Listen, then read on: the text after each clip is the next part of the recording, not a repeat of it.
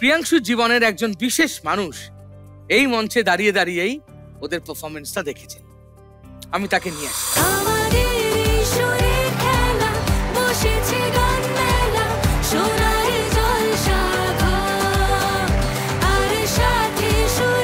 সবার সাথে পরিচয় করে দিই, উনি প্রিয়াংশুর বাবা। একটা জোরে হাততালি হয়ে যাক।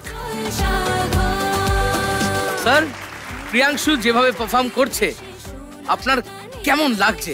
এত সুন্দর একটা প্ল্যাটফর্মে এই দুই ছেলেকে বা সুন্দর সুন্দর ফুলের কুড়িগুলোকে তুলে নিয়ে এসে এত সুন্দর প্ল্যাটফর্মে ওদেরকে ফুল হয়ে ফুটতে সুযোগ দেওয়া হয়েছে, এই জন্য অসংখ্য অসংখ্য ধন্যবাদ সোনার জলসা ঘরকে।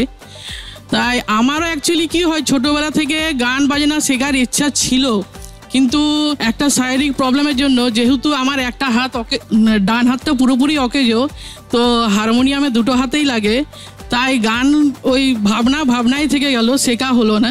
তাই আমি আমার স্বপ্ন আমার ছেলে প্রিয়াংশুর মাধ্যমে স্বপ্নটা পূরণ করার চেষ্টা করছি। তো যাই হোক, আমি প্রিয়াংশুর কাছেও কৃতজ্ঞ যে এত বড় স্টেজে আমাকে উঠিয়ে, এই তোমার হাত কাঁপছে, জীবনেও কোনোদিন আমি এত বড় স্টেজে উঠিনি তো এত বড় স্টেজে আমাকে উঠিয়েছে, এই জন্য প্রিয়াংশুর কাছেও আমি কৃতজ্ঞ। সবাই একটু ভালোবাসা দেবেন, যেন মানুষের মতন মানুষ হয়। আমি চাই না সেলিব্রিটি শিল্পী হোক, কিন্তু একজন প্রকৃত বড় শিল্পী হোক, মাটির মানুষ হোক, এটা আমি চাই। দেখুন সোনার জলসা ঘর প্রতি সোম থেকে শুক্র রাত 9টায় জি বাংলা সোনারে।